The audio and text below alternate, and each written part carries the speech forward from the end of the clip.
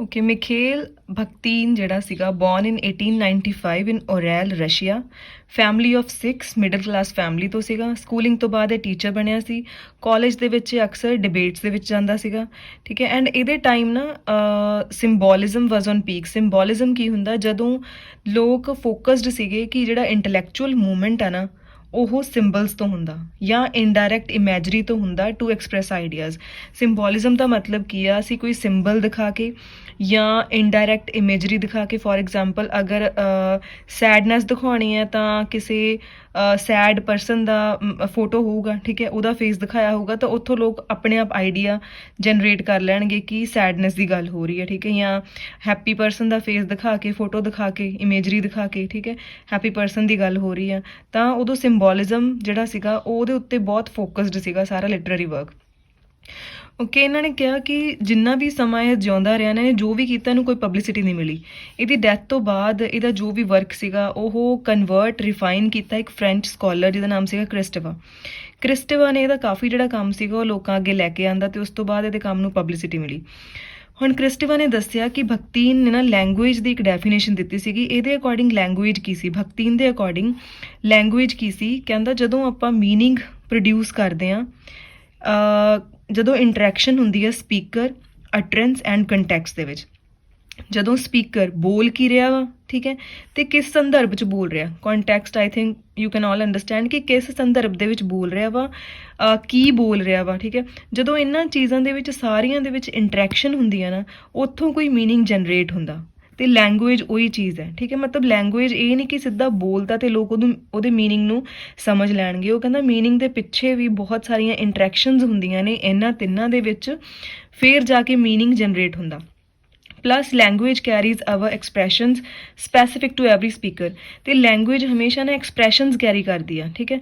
ਹੁਣ ਮੰਨ ਲਓ ਦੋ ਸਪੀਕਰ ਨੇ, ਠੀਕ ਹੈ, ਇੱਕ ਬਹੁਤ ਲਾਊਡ ਆਵਾਜ਼ ਵਾਲਾ, ਇੱਕ ਥੋੜਾ ਸੌਫਟ ਵੌਇਸ ਵਾਲਾ, ਦੋਨੋਂ ਨੂੰ ਸੇਮ ਸੈਂਟੈਂਸ ਦਿੱਤੇ ਜਾਣ, ਫॉर ਲੈਟਸ ਸੇ ਕੋਈ ਵੀ ਆਪਾਂ ਦੇਤਾ ਕਿ ਮੈਂ ਖਾਣਾ ਖਾ ਲਿਆ, ਠੀਕ ਹੈ, ਫॉर ਐਗਜ਼ਾਮਪਲ, ਜਿਹੜਾ ਲਾਊਡ ਵੌਇਸ ਵਾਲਾ ਨਾ ਜਦੋਂ ਬੋਲੂਗਾ ਉਹਦੇ ਐਕਸਪ੍ਰੈਸ਼ਨਸ ਐਵੇਂ ਦੇ ਹੋਣਗੇ ਕਿ ਆਪਾਂ ਨੂੰ ਲੱਗੂਗਾ ਕਿ ਉਹ ਗੁੱਸੇ ਨਾਲ ਬੋਲ ਰਿਹਾ, ਠੀਕ ਹੈ।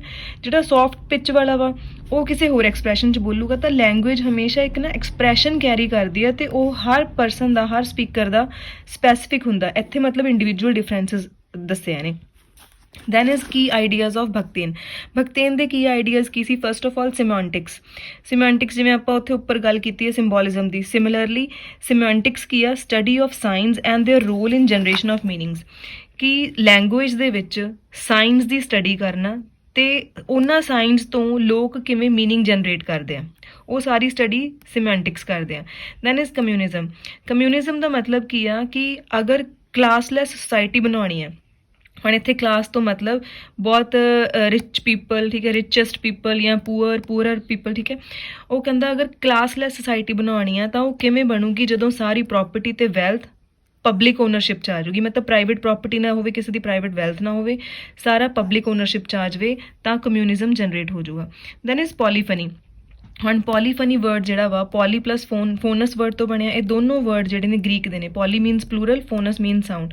ਤਾਂ ਇਹਦੇ ਵਿੱਚ ਕੀ ਆ, ਬਹੁਤ ਸਾਰੇ ਸਾਊਂਡ ਦੀ ਗੱਲ ਹੋ ਰਹੀ ਹੈ, ਠੀਕ ਹੈ। ਇਹ ਕਹਿੰਦਾ ਕਿ ਜਦੋਂ ਕੋਈ ਵੀ ਨਾਵਲ ਆ, ਠੀਕ ਹੈ, ਨਾਵਲ ਦੇ ਵਿੱਚ ਬਹੁਤ ਸਾਰੀਆਂ ਨੈਰੇਟਿਵ ਵੌਇਸਿਸ ਯੂਜ਼ ਹੁੰਦੀਆਂ ਨੇ। ਮਤਲਬ ਨਾਵਲ ਦੇ ਵਿੱਚ ਪੋਲੀਫਨੀ ਯੂਜ਼ ਹੋ ਰਹੀ ਹੈ, ਠੀਕ ਹੈ। ਮਲਟੀਪਲ ਨੈਰੇਟਿਵ ਵੌਇਸਿਸ ਜਦੋਂ ਕਿਸੇ ਨਾਵਲ ਦੇ ਵਿੱਚ ਯੂਜ਼ ਹੁੰਦੀਆਂ ਨੇ, ਦੈਟ ਇਜ਼ ਨੋਨ ਐਜ਼ ਪੋਲੀਫਨੀ। ਉਹਦੀ ਦੋਸਤੋਵਸਕੀ ਇੱਕ ਨੋਵਲਿਸਟ ਸੀਗਾ ਤੇ ਉਹਦੀ ਸਕਸੈਸ ਕਿਉਂ ਇੰਨੀ ਜ਼ਿਆਦਾ ਸੀਗੀ ਐਜ਼ ਅ ਨੋਵਲਿਸਟ, ਕਿਉਂਕਿ ਉਹਦੇ ਜਿੰਨੇ ਵੀ ਨਾਵਲ ਸੀ ਨਾ, ਜਿਹੜੀਆਂ ਵੌਇਸਿਸ ਸੀਗੀਆਂ, ਆਥਰ ਦੀ ਵੌਇਸ ਸੀ, ਠੀਕ ਹੈ, ਬਾਕੀ ਵੌਇਸਿਸ ਜਿਹੜੀਆਂ ਸੀਗੀਆਂ ਉਹ ਸਬਆਰਡੀਨੇਟ ਨਹੀਂ ਸੀ ਹੁੰਦੀਆਂ। ਮਤਲਬ ਇਹ ਨਹੀਂ ਕਿ ਆਥਰ ਦੀ ਵੌਇਸ ਬਹੁਤ ਜ਼ਿਆਦਾ ਡੋਮੀਨੇਟਿੰਗ ਹੈ ਤੇ ਬਾਕੀ ਦੱਬ ਰਹੀਆਂ ਨੇ। ਉਹ ਕਹਿੰਦਾ ਇਹਨੂੰ ਪਤਾ ਸੀਗਾ ਕਿ ਪ੍ਰੋਟੈਗਨਿਸਟ ਹੋ ਗਿਆ ਜਾਂ ਬਾਕੀ ਕਰੈਕਟਰ ਹੋ ਗਏ, ਸਾਰਿਆਂ ਦੀ ਵੌਇਸ ਜਿਹੜੀ ਹੈ ਇਕੁਅਲੀ ਇੰਪੋਰਟੈਂਟ ਆ ਤੇ ਹਰੇਕ ਦੀ ਵੌਇਸ ਜਿਹੜੀ ਆ ਉਹ ਪੂਰੀ ਸਟੋਰੀ ਕਨਵੇ ਕਰਨ ਦੇ ਵਿੱਚ ਹੈਲਪ ਕਰਦੀ ਸੀਗੀ। ਮਤਲਬ ਇਹਨੇ ਆਪਣੇ ਨਾਵਲ ਦੇ ਵਿੱਚ ਪੋਲੀਫਨੀ ਨੂੰ ਬਹੁਤ ਵਧੀਆ ਤਰੀਕੇ ਨਾਲ ਯੂਜ਼ ਕੀਤਾ ਸੀ। ਦੈਟਸ ਵਾਈ ਇਹਦੇ ਨਾਵਲ ਕੀ ਸੀਗੇ, ਬਿਗ ਸਕਸੈਸ ਸੀਗੇ। ਤੇ ਨਾਵਲਸ ਦੇ ਵਿੱਚ ਵੌਇਸ ਕਿੰਨੇ ਤਰ੍ਹਾਂ ਦੀ ਹੋ ਸਕਦੀ ਹੈ। ਨਰੇਟਰ ਦੀ ਵੌਇਸ ਜਿਹੜਾ ਸਟੋਰੀ ਨਰੇਟ ਕਰ ਰਿਹਾ, ਕਰੈਕਟਰਸ ਦੀ ਆਪਣੀ ਵੌਇਸ, ਠੀਕ ਹੈ, ਕੋਟਸ ਵੌਇਸ, ਅਗਰ ਇੱਕ ਕਰੈਕਟਰ ਕਿਸੇ ਥਰਡ ਪਰਸਨ ਬਾਰੇ ਦੱਸ ਰਿਹਾ, like he sad I am going, ਹੁਣ ਇਹ ਇੱਕ ਕੋਟ ਵੌਇਸ ਹੈ, ਠੀਕ ਹੈ। ਤਿੰਨ ਤਰ੍ਹਾਂ ਦੀਆਂ ਵੌਇਸਿਸ ਹੋ ਸਕਦੀਆਂ ਨੇ ਨਾਵਲਸ ਦੇ ਵਿੱਚ। ਦੈਨ ਕਮਸ ਡਾਇਲੋਗਿਜ਼ਮ ਜਾਂ ਡਾਇਲੋਜਿਜ਼ਮ। ਜਿਹੜਾ ਡਾਇਲੋਜਿਜ਼ਮ ਆ ਇਹ ਇੱਕ ਲਿਟਰੇਰੀ ਟਰਮ ਆ ਜਿਹਦੇ ਵਿੱਚ ਕਿਹਾ ਗਿਆ ਕਿ ਮੀਨਿੰਗ ਆਪਣੇ ਆਪ ਦੇ ਵਿੱਚ ਐਗਜ਼ਿਸਟ ਨਹੀਂ ਕਰਦਾ, ਬਲਕਿ ਮੀਨਿੰਗ ਕੀ ਆ ਉਦੋਂ ਬਣਦਾ ਜਦੋਂ ਇਹ ਰਿਲੇਟ ਕਰਦਾ ਕਿਸੇ ਨਾਲ ਜਾਂ ਇੰਟਰੈਕਟ ਕਰਦਾ ਵਾ। ਠੀਕ ਹੈ, ਮਤਲਬ ਚੀਜ਼ਾਂ ਸਾਨੂੰ ਉਦੋਂ ਹੀ ਸਮਝ ਆਉਂਦੀਆਂ ਨੇ ਜਦੋਂ ਆਪਾਂ ਕਿਸੇ ਚੀਜ਼ ਨਾਲ ਇਹਨਾਂ ਨੂੰ ਰਿਲੇਟ ਕਰਦੇ ਹਾਂ ਜਾਂ ਇੰਟਰੈਕਟ ਕਰਦੇ ਹਾਂ। ਫੋਰ ਐਗਜ਼ਾਮਪਲ ਡਾਇਲੋਜਿਜ਼ਮ ਆਪਾਂ ਕਹਿ ਸਕਦੇ ਹਾਂ, ਅਗਰ ਲਾਈਕ ਇੱਕ ਕਲਾਸਰੂਮ ਹੈ, ਇੱਕ ਸਿੰਪਲ ਕਲਾਸਰੂਮ ਜਿੱਥੇ ਟੀਚਰ ਪੜ੍ਹਾ ਕੇ ਚਲਿਆ ਜਾਂਦਾ, ਸਿਰਫ ਟੀਚਰ ਨੇ ਮਤਲਬ ਕਨਵਰਸੇਸ਼ਨ ਕੀਤੀ ਨਾ, ਡਾਇਲੋਗ ਬੋਲੇ, ਤਾਂ ਅਗਰ ਟੀਚਰ ਇਕੱਲਾ ਪੜ੍ਹਾ ਕੇ ਚਲਿਆ ਗਿਆ ਆਪਾਂ ਉਹਨੂੰ ਕਹਾਂਗੇ ਕਿ ਕਲਾਸ ਦਾ ਜਿਹੜਾ ਲਿਟਰਰੀ ਮਤਲਬ ਟੀਚਿੰਗ ਮੋਡ ਸੀਗਾ ਦੈਟ ਇਜ਼ ਮੋਨੋਲੋਜਿਕ, ਕਿਉਂਕਿ ਉਹਨੇ ਇਕੱਲੇ ਨੇ ਹੀ ਆਪਣੇ ਆਈਡੀਆਜ਼ ਆਪਣੇ ਜੋ ਵੀ ਸੀਗਾ ਉਹ ਇਕੱਲੇ ਨੇ ਕੀਤਾ। ਠੀਕ ਹੈ, ਤੇ ਜਿਹੜੇ ਸਟੂਡੈਂਟ ਸੀਗੇ ਉਹਨਾਂ ਨੇ ਆਪੋ ਆਪਣੀ ਸਮਝ ਦੇ ਅਕੋਰਡਿੰਗ ਮੀਨਿੰਗ ਪਰਸੀਵ ਕਰ ਲਏ। ਬਟ ਡਾਇਲੋਜਿਜ਼ਮ ਕੀ ਆ, ਅਗਰ ਟੀਚਰ ਸਿਰਫ ਉਹਨਾਂ ਨੂੰ ਕੋਈ ਕੁਐਸਚਨਸ ਦੇ ਦੇਵੇ, ਠੀਕ ਹੈ, ਜਾਂ ਉਹਨਾਂ ਨੂੰ ਪਰਟੀਕੂਲਰ ਟੌਪਿਕ ਦੇ ਦੇਵੇ ਕਿ ਇਸ 'ਤੇ ਡਿਬੇਟ ਕਰੋ, ਤਾਂ ਸਾਰੇ ਬੱਚੇ ਆਪਸ ਦੇ ਵਿੱਚ ਇੰਟਰੈਕਟ ਕਰਨਗੇ। ਠੀਕ ਹੈ, ਮੀਨਿੰਗਸ ਨੂੰ ਜਾਂ ਚੀਜ਼ਾਂ ਨੂੰ ਰਿਲੇਟ ਕਰਕੇ ਇੰਟਰੈਕਟ ਕਰਕੇ ਸਮਝਣਗੇ ਨਾ, ਤਾਂ ਉਸ ਚੀਜ਼ ਨੂੰ ਕਹਿੰਦੇ ਨੇ ਡਾਇਲੋਜਿਜ਼ਮ। ਜਦੋਂ ਦੋ ਪਰਸਨ ਇੰਟਰੈਕਟ ਕਰਕੇ ਆਪਣਾ ਮੀਨਿੰਗ ਜਿਹੜਾ ਵਾ ਕਿਸੇ ਚੀਜ਼ ਦਾ ਉਹ ਪ੍ਰੋਡਿਊਸ ਕਰਦੇ ਆ, ਦੈਟ ਇਜ਼ ਡਾਇਲੋਜਿਜ਼ਮ। ਹੁਣ ਇਹਦੇ ਵਿੱਚ 3 ਪੁਆਇੰਟਸ ਨੇ, ਡਾਇਲੋਜਿਜ਼ਮ ਐਂਡ ਅਟਰੈਂਸ। 3 ਚੀਜ਼ਾਂ ਨੇਗੀਆਂ। ਸਭ ਤੋਂ ਪਹਿਲਾਂ ਹੈਗੀ ਪਰਫਾਰਮੈਂਸ ਆਫ ਸਪੀਕਿੰਗ ਟੋਨ, ਕਿ ਕੋਈ ਵਰਡ ਆ ਜਿਹੜਾ ਅਗਰ ਆਪਾਂ ਉਹਨੂੰ ਡਿਫਰੈਂਟ ਟੋਨ ਦੇ ਵਿੱਚ ਬੋਲ ਰਹੇ ਆ ਨਾ, ਤਾਂ ਉਹ ਚੀਜ਼ ਦਾ ਇੰਟੈਂਸ਼ਨ ਜਾਂ ਮਤਲਬ ਅਲੱਗ-ਅਲੱਗ ਨਿਕਲਦਾ ਹੈ। ਫੋਰ ਐਗਜ਼ਾਮਪਲ ਕਿ ਆਪਾਂ ਕਿਸੇ ਨੂੰ ਬਲੇਮ ਕਰਨਾ ਹੈ, ਆਪਾਂ ਕਹਿੰਦੇ ਆ ਇਟ ਵਾਜ਼ ਯੂ, ਇੱਥੇ ਆਪਾਂ ਸੇਮ ਚੀਜ਼ ਨੂੰ ਇਟ ਵਾਜ਼ ਯੂ ਨੂੰ ਕੁਐਸਚਨ ਮਾਰਕ ਨਹੀਂ ਫੁੱਲ ਸਟਾਪ ਲਾ ਕੇ ਬੋਲਿਆ, ਬਿਕਾਜ਼ ਆਪਾਂ ਨੂੰ ਪੱਕਾ ਪਤਾ ਕਿ ਜਿੱਤੇ ਸ਼ੱਕ ਹੋ ਰਿਹਾ ਆਪਾਂ ਉਹਨੂੰ ਹੀ ਕਹਿ ਰਹੇ ਹਾਂ ਇਟ ਵਾਜ਼ ਯੂ। ਠੀਕ ਹੈ, ਤਾਂ ਇੱਥੇ ਇੰਟੈਂਸ਼ਨ ਕੀ ਸ਼ੋ ਹੋ ਰਹੀ ਹੈ ਕਿ ਪੱਕਾ ਪਤਾ ਕਿ ਉਹ ਹੈ।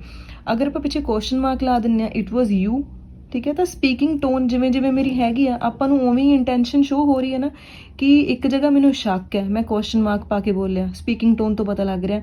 ਜਿੱਥੇ ਮੈਨੂੰ ਪੱਕਾ ਪਤਾ ਹੈ ਕਿ ਇਟ ਵਾਜ਼ ਯੂ, ਠੀਕ ਹੈ, ਉੱਥੇ ਮੇਰੀ ਸਪੀਕਿੰਗ ਟੋਨ ਥੋੜੀ ਲੋ ਹੋ ਗਈ ਕਿਉਂਕਿ ਸਮਝ ਆ ਰਿਹਾ ਕਿ ਪਿੱਛੇ ਫੁੱਲ ਸਟਾਪ ਹੈ। ਤਾਂ ਸਪੀਕਿੰਗ ਟੋਨ ਦੇ ਨਾਲ ਹੀ ਪਰਫਾਰਮੈਂਸ ਜਿਹੜੀ ਆ ਉਹ ਡਿਫਰ ਹੋ ਜਾਂਦੀ ਆ। Then is juxtaposition of language. Juxtaposition ਕੀ ਹੁੰਦਾ ਆ, ਜਦੋਂ ਆਪਾਂ ਦੋ ਚੀਜ਼ਾਂ ਨੂੰ ਕੰਟਰਾਸਟ ਕਰਨਾ ਹੋਵੇ ਤੇ ਉਹਨਾਂ ਦੇ ਵਿੱਚ ਸਿਮਿਲਰ ਕੋਈ ਸਿਮਿਲੈਰਿਟੀ ਹੈ ਜਿਹੜੀ ਉਹ ਫਾਈਂਡ ਆਊਟ ਕਰਨੀ ਹੋਵੇ। ਜਿਵੇਂ ਇੱਥੇ ਸੈਂਟੈਂਸ ਲਿਖਿਆ ਮੈਂ, all is fair in love and war. ਪਰ ਲਵ ਤੇ ਵਾਰ ਦੋਨੋਂ ਓਪੋਜ਼ਿਟ ਨੇ। ਅਗਰ ਆਪਾਂ 2 ਸਰਕਲ ਬਣਾਈਏ, ਠੀਕ ਹੈ, ਇੱਕ ਪਾਸੇ ਲਵ ਲਿਖ ਦਈਏ, ਵਾਰ ਲਿਖ ਦਈਏ, ਇਹਨਾਂ ਨੇ ਕਿਹਾ all is fair, what is fair ਉਹ ਵਾਲਾ ਇੱਥੇ ਲਿਖ ਦਈਏ। ਜਿਹੜੀ ਚੀਜ਼ ਇਹ ਕਹਿ ਰਹੇ ਨੇ ਕਿ ਲਵ ਤੇ ਵਾਰ ਦੇ ਵਿੱਚ ਸਭ ਜਾਇਜ਼ ਹੈ, ਜਾਇਜ਼ ਚੀਜ਼ਾਂ ਕੀ ਨੇ ਉਹਨਾਂ ਦੀ ਲਿਸਟ ਇੱਥੇ ਬਣਾ ਦਈਏ। ਮਤਲਬ ਇਹ ਹੁੰਦਾ ਵਾ ਕੰਟਰਾਸਟ ਕਰਕੇ ਦੋ ਚੀਜ਼ਾਂ ਨੂੰ ਉਹਨਾਂ ਦੀ ਸਿਮਿਲੈਰਿਟੀਜ਼ ਬਾਰੇ ਫਾਈਂਡ ਆਊਟ ਕਰਨਾ। This is known as juxtaposition. Then is overdetermination and dynamic interaction. ਇਹਦਾ ਮਤਲਬ ਹੁੰਦਾ ਕਿ ਬੋਲੀ ਗਈ ਕੋਈ ਚੀਜ਼ ਹੈ ਨਾ, ਜਿਹੜੀ ਕਿਸੇ ਭੀੜ ਦੇ ਵਿੱਚ ਆਪਾਂ ਕੋਈ ਸੈਂਟੈਂਸ ਬੋਲਦਾ, ਹਰ ਕੋਈ ਉਸ ਪੁਆਇੰਟ ਨੂੰ ਨਾ ਮਤਲਬ ਉਸ ਵਰਡਿੰਗ ਨੂੰ ਜਾਂ ਉਸ ਚੀਜ਼ ਨੂੰ ਆਪਣੇ ਅਕੋਰਡਿੰਗ ਸਮਝਦਾ। ਠੀਕ ਹੈ, ਇੱਦਾਂ ਹੁੰਦਾ ਜਿਵੇਂ YouTube 'ਤੇ ਆਪਾਂ ਵੈਸੇ ਵੀ ਦੇਖਿਆ ਕਿ ਕਿਸੇ ਨੇ ਕਿਸੇ ਪਬਲਿਕ ਫਿਗਰ ਨੇ ਕੋਈ ਕਮੈਂਟ ਪਾਸ ਕਰਤਾ, ਠੀਕ ਹੈ, ਜਾਂ ਇੰਟਰਵਿਊ ਦੇ ਵਿੱਚ ਕੁਝ ਬੋਲਤਾ, ਤਾਂ ਨੀਚੇ ਕਮੈਂਟਸ ਦੇ ਵਿੱਚ ਬਹੁਤ ਜਾਣੇ ਤਾਂ ਕਹਿੰਦੇ ਹੁੰਦੇ ਆ ਕਿ ਚੰਗੀ ਚੀਜ਼ ਹੈ, ਵੀ ਸਾਨੂੰ ਤਾਂ ਇਹ 'ਚ ਕੋਈ ਮਾੜੀ ਚੀਜ਼ ਲੱਗੀ ਨਹੀਂ, ਅਤੇ ਕਈ ਉਸ ਚੀਜ਼ ਨੂੰ ਕੌਂਟਰਾਡਿਕਟ ਕਰਦੇ ਹੁੰਦੇ ਨੇ। ਇਹੀ ਹੈ ਕਿ ਸੇਮ ਚੀਜ਼ ਨੂੰ ਹਰ ਕੋਈ ਆਪਣੇ ਪੁਆਇੰਟ ਆਫ ਵਿਊ ਨਾਲ ਦੇਖਦਾ ਵਾ। ਠੀਕ ਹੈ, ਮਤਲਬ ਉਹਦਾ ਮੀਨਿੰਗ ਜਿਹੜਾ ਆ ਬੋਲਣ ਵਾਲੇ ਦੇ ਅਕੋਰਡਿੰਗ ਕੁਝ ਹੋਰ ਹੁੰਦਾ, ਸੁਣਨ ਵਾਲੇ ਉਹਦਾ ਮੀਨਿੰਗ ਆਪਣੇ ਅਕੋਰਡਿੰਗ ਕੱਢਦੇ ਨੇਗੇ ਡਾਇਨਾਮਿਕ ਇੰਟਰੈਕਸ਼ਨ ਕਰਕੇ। Then is aspects of speaking person. ਹੁਣ ਜਿਹੜਾ ਬੋਲ ਰਿਹਾ ਵਾ ਉਹਦੇ ਉੱਤੇ ਕਿਹੜੀਆਂ ਚੀਜ਼ਾਂ ਦਾ ਅਸਰ ਪੈਂਦਾ? ਸਭ ਤੋਂ ਪਹਿਲਾਂ ਸਾਈਕੋਲੋਜੀਕਲ ਇੰਪੈਕਟ। ਸਾਈਕੋਲੋਜੀਕਲ ਇੰਪੈਕਟ ਹੈਗਾ ਕਿ ਹੋ ਸਕਦਾ ਉਹ ਜਿਹੜਾ ਬੋਲਣ ਵਾਲਾ ਕਿਸੇ ਸਟ੍ਰੈਸ 'ਚ ਹੋਵੇ ਜਾਂ ਘਰੋਂ ਹੀ ਲੜ ਕੇ ਆਇਆ ਹੋਵੇ, ਤਾਂ ਹੀ ਉਹਦੇ ਮੂੰਹ 'ਚੋਂ ਐਵੇਂ ਦੀ ਕੋਈ ਸਟੇਟਮੈਂਟ ਪਾਸ ਹੋ ਗਈ। ਠੀਕ ਹੈ, psychological impact. Second is uniqueness of individual voice. ਹਰ ਪਰਸਨ ਦੀ ਆਪਣੀ ਵੋਇਸ ਯੂਨੀਕ ਹੁੰਦੀ ਆ। ਕਈ ਵੈਸੇ ਹੀ ਜਨਮ ਤੋਂ ਹੀ ਮਿੱਠਾ ਬੋਲਦੇ ਨੇ, ਠੀਕ ਹੈ, ਐਂਡ ਕਈ ਵਿਚਾਰੇ ਮਿੱਠਾ ਬੋਲਣ ਦੀ ਕੋਸ਼ਿਸ਼ ਵੀ ਕਰਦੇ, ਉਹ ਇੱਦਾਂ ਲੱਗਦਾ ਕਿ ਲੜਦੇ ਨੇ। ਠੀਕ ਹੈ, ਉਹ ਹਰ ਇੰਡੀਵਿਜੂਅਲ ਦੀ ਵੋਇਸ ਯੂਨੀਕ ਹੁੰਦੀ ਆ। ਦੈਨ ਇਜ਼ ਸੋਸ਼ੀਓ ਆਈਡੀਓਲੋਜੀਕਲ ਕੌਨਸ਼ੀਅਸਨੈਸ, ਕਿ ਕਈ ਲੋਕ ਵੈਸੇ ਹੀ ਹਮੇਸ਼ਾ ਕੌਨਸ਼ੀਅਸ ਹੁੰਦੇ ਨੇ, ਠੀਕ ਹੈ, ਆਪਦੇ ਆਪ ਨੂੰ ਦਿਖਾਉਂਦੇ ਇੱਦਾਂ ਨੇ, ਕੌਨਸ਼ੀਅਸ ਹੋ ਕੇ ਅੱਛਾ ਹੀ ਬੋਲਦੇ ਨੇ, ਜਾਂ ਫਿਰ ਕਈ ਹੁੰਦੇ ਨੇ ਕਿ ਰਿਸਾਈਟ ਕਰਦੇ ਆ ਬਾਏ ਹਾਰਟ। ਠੀਕ ਹੈ, ਕਈ ਦਿਲੋਂ ਹੀ ਬੋਲਦੇ ਆ, ਜੋ ਵੀ ਬੋਲਦੇ ਆ ਸੱਚ ਬੋਲਦੇ ਨੇ। Then is telling in own word. ਕੋਈ ਪਰਸਨ ਕਿਸੇ ਚੀਜ਼ ਨੂੰ ਆਪਣੇ ਵਰਡਸ ਦੇ ਵਿੱਚ ਕਿਸੇ ਹੋਰ ਤਰੀਕੇ ਨਾਲ ਬੋਲਦਾ। ਠੀਕ ਹੈ, ਇਹ ਚੀਜ਼ਾਂ ਲਿਖ ਸਕਦੇ ਆ ਕਿ ਜਾਂ ਤਾਂ ਕੌਨਸ਼ੀਅਸ ਹੋ ਕੇ ਬੋਲਦੇ ਆ, ਜਾਂ ਦਿਲੋਂ ਬੋਲਦੇ ਨੇ, ਜਾਂ ਫਿਰ ਆਪਣੇ ਸ਼ਬਦਾਂ ਦੇ ਵਿੱਚ ਉਸ ਚੀਜ਼ ਨੂੰ ਚੇਂਜ ਕਰਕੇ ਆਪਣੇ ਅਕੋਰਡਿੰਗ ਬੋਲ ਦਿੰਦੇ ਨੇ। Then comes heteroglossia. ਹੈਟਰੋਗਲੋਸੀਆ ਦਾ ਸਿੰਪਲ ਮਤਲਬ ਹੈ ਮਲਟੀ ਲੈਂਗੁਏਜਡਨੈਸ, ਠੀਕ ਹੈ। ਮਤਲਬ ਜਦੋਂ ਇਹ ਨਾ ਪੋਲੀਫਨੀ ਵਾਂਗੂ ਹੀ ਹੈ, ਕਿਉਂਕਿ ਉਹਦੇ ਵਿੱਚ ਵੀ ਆਪਾਂ ਕਿਹਾ ਸੀਗਾ ਮਲਟੀਪਲ, ਇੱਥੇ ਸਿਰਫ ਇੱਕ ਡਿਫਰੈਂਸ ਹੈ, ਇੱਥੇ ਮਲਟੀ ਲੈਂਗੁਏਜਸ ਦੀ ਗੱਲ ਹੋ ਰਹੀ ਆ, ਪੋਲੀਫਨੀ ਦੇ ਵਿੱਚ ਮਲਟੀਪਲ ਵੌਇਸਿਸ ਦੀ ਗੱਲ ਹੋ ਰਹੀ ਸੀ, ਇੱਕ ਨਾਵਲ ਦੇ ਵਿੱਚ ਅਲੱਗ-ਅਲੱਗ ਆਵਾਜ਼ਾਂ। ਹੈਟਰੋਗਲੋਸੀਆ ਦੇ ਵਿੱਚ ਕੀ ਆ, ਇੱਕ ਲੈਂਗੁਏਜ ਨੂੰ ਅਲੱਗ-ਅਲੱਗ ਤਰੀਕੇ ਨਾਲ ਬੋਲਣਾ। ਫੋਰ ਐਗਜ਼ਾਮਪਲ ਇਹ ਜਿਹੜਾ ਸਭ ਤੋਂ ਪਹਿਲਾਂ ਟਰਮ ਸੀ ਨਾ, ਡਿਸਕੋਰਸ ਇਨ ਦਾ ਨਾਵਲ, ਜਿਹੜਾ ਭਗਤੀ ਇਨ ਦਾ ਨਾਵਲ ਸੀਗਾ, ਉਹਦੇ ਵਿੱਚ ਆਇਆ ਸੀਗਾ, ਠੀਕ ਹੈ। ਇਹਦਾ ਮਤਲਬ ਕੀ ਹੈ, ਕਿਸੇ ਇੱਕ ਲਿੰਗੁਇਸਟਿਕ ਕਮਿਊਨਿਟੀ ਦੇ ਵਿੱਚ, ਇੱਕੋ ਕਮਿਊਨਿਟੀ ਦੇ ਵਿੱਚ ਸਪੀਚ ਟਾਈਪਸ ਅਲੱਗ ਹੋਣ, ਸੋਸ਼ਲ ਡਾਇਲੈਕਟ ਅਲੱਗ ਹੋਣ, ਸਪੀਚ ਪੈਟਰਨ ਅਲੱਗ ਹੋਣ, ਜਿਹਦੇ ਕਰਕੇ ਲੈਂਗੁਏਜ ਸਟ੍ਰੈਟੀਫਾਈਡ ਹੋ ਜਾਵੇ। ਇਹਦੀ ਐਗਜ਼ਾਮਪਲ ਆਪਾਂ ਦੇ ਸਕਦੇ ਹਾਂ, ਦੇਖੋ ਮਾਲਵੇ ਵਾਲੇ, ਮਾਝੇ ਵਾਲੇ ਜਾਂ ਪੁਆਧ ਵਾਲੇ, ਠੀਕ ਹੈ, ਜਿੰਨੇ ਵੀ ਆਪਣੇ ਪੰਜਾਬ ਦੇ ਵਿੱਚ ਏਰੀਆਜ਼ ਨੇ, ਮਾਲਵੇ 'ਚ ਮਲਵਈ ਬੋਲਦੇ ਆ, ਮਾਝੇ ਵਾਲੇ ਮਾਝੀ ਲੈਂਗੁਏਜ ਬੋਲਦੇ ਆ, ਪੁਆਧ ਵਾਲੇ ਪੁਆਧੀ ਬੋਲਦੇ ਆ। ਬਟ ਇਹ ਜਿਹੜੀ ਲੈਂਗੁਏਜ ਦੀਆਂ ਵੇਰੀਏਸ਼ਨਸ ਨੇ ਜਾਂ ਟਾਈਪਸ ਨੇ, ਇਹ ਹੈ ਤਾਂ ਪੰਜਾਬੀ ਹੋਈ ਹੈ ਨਾ, ਪੰਜਾਬੀ ਨੂੰ ਹੀ ਅਲੱਗ-ਅਲੱਗ ਏਰੀਆ ਵਾਲੇ ਅਲੱਗ-ਅਲੱਗ ਤਰੀਕੇ ਨਾਲ ਬੋਲ ਰਹੇ ਨੇ। ਇਹ ਚੀਜ਼ ਕੀ ਸ਼ੋ ਕਰਦੀ ਹੈ, ਹੈਟਰੋਗਲੋਸੀਆ, ਠੀਕ ਹੈ। ਜਾਂ ਫੋਰ ਐਗਜ਼ਾਮਪਲ ਰਾਜਸਥਾਨ ਵਾਲੇ, ਠੀਕ ਹੈ, ਹੁਣ ਰਾਜਸਥਾਨ ਵਾਲੇ ਬੋਲ ਤਾਂ ਹਿੰਦੀ ਰਹੇ ਨੇ ਨਾ, ਉਹਨਾਂ ਦੇ ਬੋਲਣ ਦਾ ਸਟਾਈਲ ਅਲੱਗ ਹੈ। ਤਾਂ ਇੱਕੋ ਲੈਂਗੁਏਜ ਨੂੰ ਜਦੋਂ ਡਿਫਰੈਂਟ ਤਰੀਕੇ ਨਾਲ ਬੋਲਿਆ ਜਾਂਦਾ ਵਾ, ਠੀਕ ਹੈ, ਡਿਫਰੈਂਟ ਜੀਓਗ੍ਰਾਫੀਕਲ ਰੀਜਨ ਦੇ ਵਿੱਚ, ਦੈਟ ਇਜ਼ ਨੋਨ ਐਜ਼ ਹੈਟਰੋਗਲੋਸੀਆ। ਹੁਣ ਹੈਟਰੋਗਲੋਸੀਆ ਦਾ ਰੀਜ਼ਨ ਕੀ ਹੋ ਸਕਦਾ, ਹੁਣ ਕੀ ਰੀਜ਼ਨ ਆ ਕਿ ਮਾਝੇ, ਮਾਲਵੇ ਜਾਂ ਪੁਆਧ ਵਾਲੇ ਅਲੱਗ-ਅਲੱਗ ਤਰੀਕੇ ਨਾਲ ਬੋਲਦੇ ਨੇ।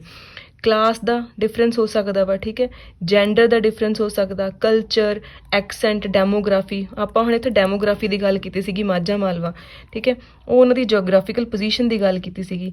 ਫਿਰ ਇਹ ਕਹਿੰਦੇ ਐਕਸੈਂਟ, ਕਈਆਂ ਦਾ ਐਕਸੈਂਟ ਹੀ ਅਲੱਗ-ਅਲੱਗ ਹੁੰਦਾ, ਕਿ ਇੱਕ ਏਰੀਏ ਵਾਲੇ ਦਾ ਐਕਸੈਂਟ ਕੁਛ ਹੋਰ ਹੈ, ਦੂਸਰੇ ਵਾਲੇ ਦਾ ਕੁਛ ਹੋਰ ਹੈ, ਠੀਕ ਹੈ। ਕਲਚਰ ਦੇ ਰੈਫਰੈਂਸਿਸ ਕਰਕੇ ਲੋਕ ਅਲੱਗ-ਅਲੱਗ ਤਰੀਕੇ ਨਾਲ ਬੋਲਦੇ ਆ, ਜੈਂਡਰ ਦੇ ਅਕੋਰਡਿੰਗ ਅਲੱਗ-ਅਲੱਗ ਬੋਲਦੇ ਆ। ਜਿਹੜੇ ਮੇਲ ਨੇ ਉਹ ਥੋੜ੍ਹਾ ਵੈਸੇ ਹੀ ਲਾਊਡ ਪਿਚ ਵਾਲੇ ਹੁੰਦੇ ਆ, ਫੀਮੇਲ ਸੌਫਟ ਪਿਚ ਵਾਲੀਆਂ ਹੁੰਦੀਆਂ ਨੇ। ਕਲਾਸ ਮਤਲਬ ਇੱਥੇ ਰਿਚ ਪੂਅਰ ਦੀ ਵੀ ਗੱਲ ਹੋ ਸਕਦੀ ਹੈ, ਅਤੇ ਕਿਸੇ ਹੋਰ ਤਰੀਕੇ ਨਾਲ ਵੀ ਇਕਨੋਮਿਕਲੀ ਵੀ ਹੋ ਸਕਦੀ ਹੈ, ਕਿਸੇ ਹੋਰ ਤਰੀਕੇ ਨਾਲ ਵੀ ਵੰਡ ਹੋ ਸਕਦੀ ਹੈ, ਵੀ ਕਲਾਸ ਦੇ ਬੇਸਿਸ 'ਤੇ ਵੀ ਲੋਕ ਅਲੱਗ-ਅਲੱਗ ਤਰੀਕੇ ਨਾਲ ਬੋਲਦੇ ਆ। ਸੋ ਇੱਕੋ ਕਮਿਊਨਿਟੀ ਦੇ ਵਿੱਚ ਇੱਕ ਲੈਂਗੁਏਜ ਨੂੰ ਅਲੱਗ-ਅਲੱਗ ਤਰੀਕਿਆਂ ਨਾਲ ਬੋਲਣ ਨੂੰ ਕਹਿੰਦੇ ਆ ਹੈਟਰੋਗਲੋਸੀਆ।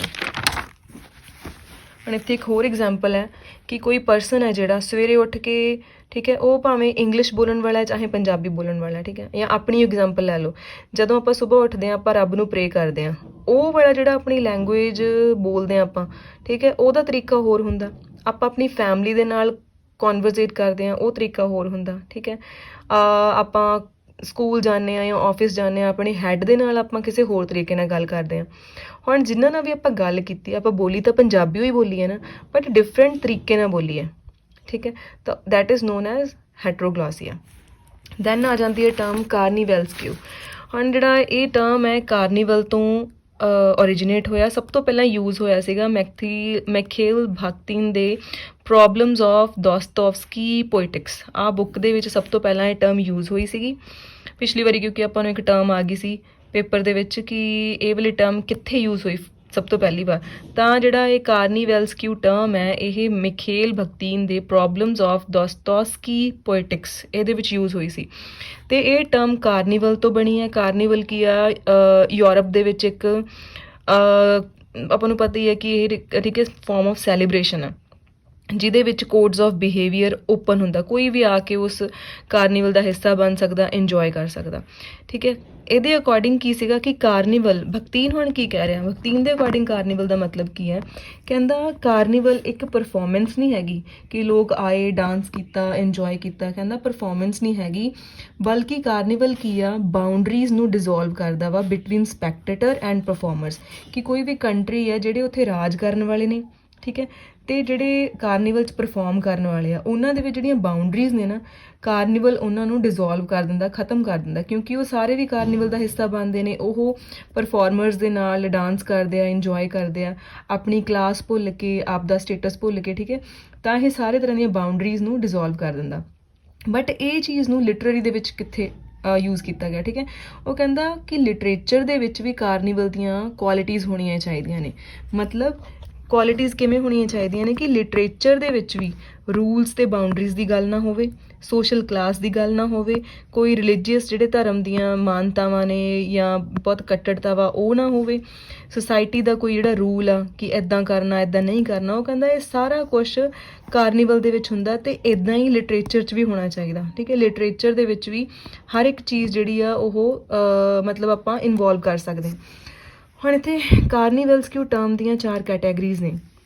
ਪਹਿਲੀ ਕੈਟੇਗਰੀ ਹੈਗੀ ਹੈ ਫੈਮਿਲੀਅਰ ਐਂਡ ਫ੍ਰੀ ਇੰਟਰੈਕਸ਼ਨ, ਕਿ ਕਾਰਨੀਵਲ ਦੇ ਵਿੱਚ ਅਸੀਂ ਸਾਰੇ ਬੈਰੀਅਰ ਤੋੜ ਕੇ ਯੂਨਾਈਟ ਹੋ ਕੇ ਫ੍ਰੀ ਇੰਟਰੈਕਟ ਕਰਦੇ ਹਾਂ। ਠੀਕ ਹੈ, ਅਸੀਂ ਨਹੀਂ ਦੇਖਦੇ ਕਿ ਫਲਾਣਾ ਪਰਸਨ ਕਿਸ ਧਰਮ ਦਾ ਆ, ਕਿਸ ਕਾਸਟ ਦਾ ਆ, ਕਿੰਨਾ ਅਮੀਰ ਹੈ ਗਰੀਬ ਹੈ, ਸਭ ਨਾਲ ਫ੍ਰੀ ਇੰਟਰੈਕਸ਼ਨ ਕਰਦੇ ਹਾਂ।